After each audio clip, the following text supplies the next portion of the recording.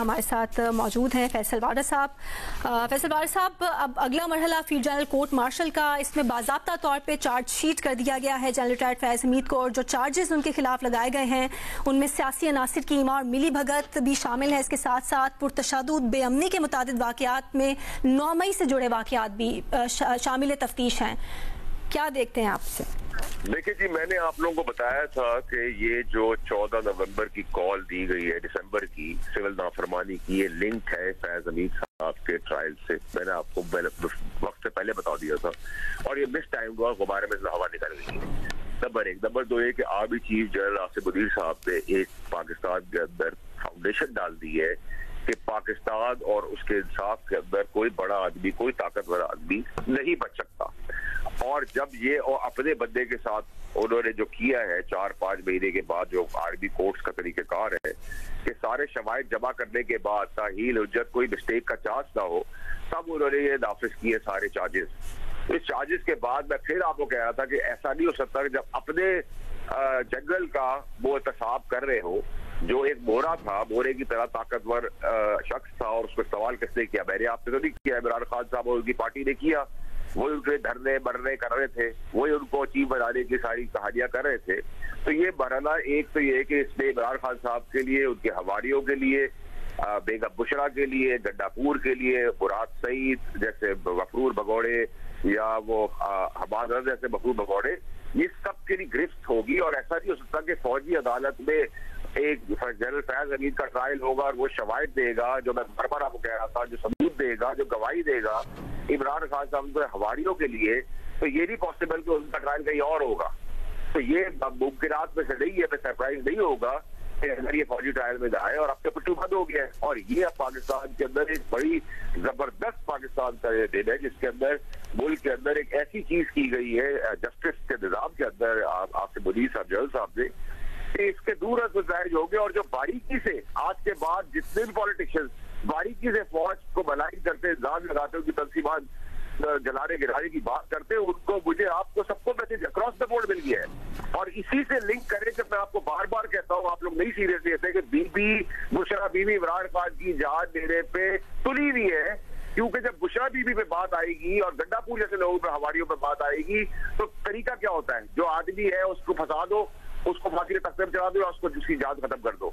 तो ये मैं कोई नई चीज नहीं बता रहा। अभी तक जो मैंने आपको सारा फॉर्मूला बताया, पिछले 2 साल से मैं बता रहा था, वो एग्जैक्टली आज आपको सबब होता हुआ नजर आ रहा है। और बगैर बिफोर टाइम में आपको बता रहा हूँ, और इसी चीज से मैं बचा रहा था। और अभी भी मेरा मशवरा ये होगा कि बातचीत का अमल जारी रखे, जमहूरियत के लिए, सियासत के लिए, पाकिस्तान के लिए।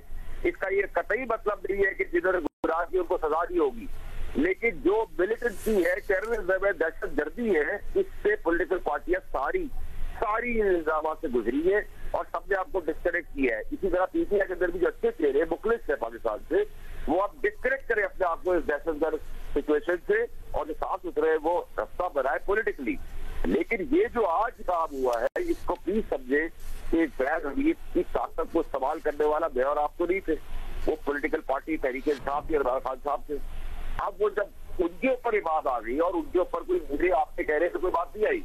आर्मी ने तो एक उनकी अदालत में, कोर्ट्स में, आर्मी कोर्ट्स में एक डॉट पॉइंट हर चीज जमा की होगी, कॉन्क्रीट होगी, ऑथेंटिक होगी, क्योंकि वो इदारा एक डिसिप्लिन के तहत चल रहा है, एक चेक एंड बैलेंस के हिसाब से अपना रोल भी चल रहा कि आप कन्वेंशनल कोर्ट्स में चले जाए और वहाँ हजारों साल गुजर जाए और कोई ना, और 45 साल के बाद हम क्या मुख्तार की फांसी गलत हुई थी, वहाँ ऐसा तरीका नहीं है। इससे बहुत ज्यादा मुश्किलात, तकालीफ, प्रॉब्लम, वापस रिवर्स होने वाली चीजें अब नामुमकिनात में पहुंच गई, जिससे मैं बोल रहा था, रोक रहा था, समझा रहा था, और इसी बात में मैं निकाला गया था। फैसल वारस साहब, ये जो प्रेस रिलीज आई है ISPR की, इसके मुताबिक तो जो उनके खिलाफ चार्जेस हैं वो सियासी सरगर्मियों में मुलविस होना और ऑफिशियल सीक्रेट एक्ट की खिलाफ वर्जी, फिर इख्तियारात और सरकारी वसाइल का गलत इस्तेमाल शामिल है। लेकिन ये जो 9 मई से जुड़े वाकयात हैं, इनमें पुरतशद्दुद बेअमनी के जो मुतादिद वाकयात थे, इनमें यह कहा गया है कि शामिल तफ्तीश हैं, इनके फर्द जुर्म इन वाकयात में आयद नहीं की गई। अभी जितने जुर्मों की अभी तक चार्जेस फ्रेम हो गए, वो कंक्लूड हो गए, उससे शवाहिद हो, ये उसको फेयर ट्रायल दिया जा रहा है फैज हमीद को। लेकिन आप समझते हैं, जब सियासी सरगर्मियों में मुलविस हो, किसी पार्टी की ईमा पे काम कर रहे हो, जब वसाइल इस्तेमाल कर रहे हो, जब तशद्दुद की सियासत की सारी डेफिनेशन दे दी हो तो आप 9 मई से थोड़ी डिस्प्ले कर सकते हैं उसको, फैज हमीद को भी और उससे कनेक्टेड इमरान खान साहब को भी, तहरीक इंसाफ को भी, उनके हवारियों को भी और बुशरा बीबी को भी। ये तो बड़ी क्लैरिटी है, उसकी ट्रायल चल रही है, उसके एविडेंस जब कंप्लीट हो जाएंगे तो ये हो जाएंगे। और ये मामला सिर्फ फैज हमीद की कोर्ट मार्शल पे नहीं खत्म होगा, उसके बाद उसको सजा भी होगी। तो आप समझते हैं कि उसी को होगी, उसके साथ सब कुछ होगा, जिसने उसका भरपूर इस्तेमाल किया उसके साथ नहीं होगा कुछ, तो उसके साथ भी नामुमकिनात वो मुमकिनात में आपको होती नजर आएंगी। और ये फैसले इबरत का निशान बन जाएंगे पाकिस्तान की उन चेहरों के लिए समेत मेरे, कि जो वैनम और बुग़्ज़ रियासत और मुल्क को नुकसान पहुंचाने के लिए करते, उनके लिए आज एक फाइन लाइन है। और ये बहुत अच्छा इक़दाम है जो 75-70 साल पहले हो जाना चाहिए था, ताकि ये माइट वाला काम और अमीर वाला काम और ताकतवर वाले काम के लिए कानून कुछ और दूसरे भी कुछ और। तो मैं शॉक का सरप्राइज नहीं होगा कि अगर इस पैरामीटर्स को आर्मी कोर्ट में ले लिया जाएगा समेत इमरान खान साहब से, तो मेरे लिए कोई सरप्राइज नहीं होगा।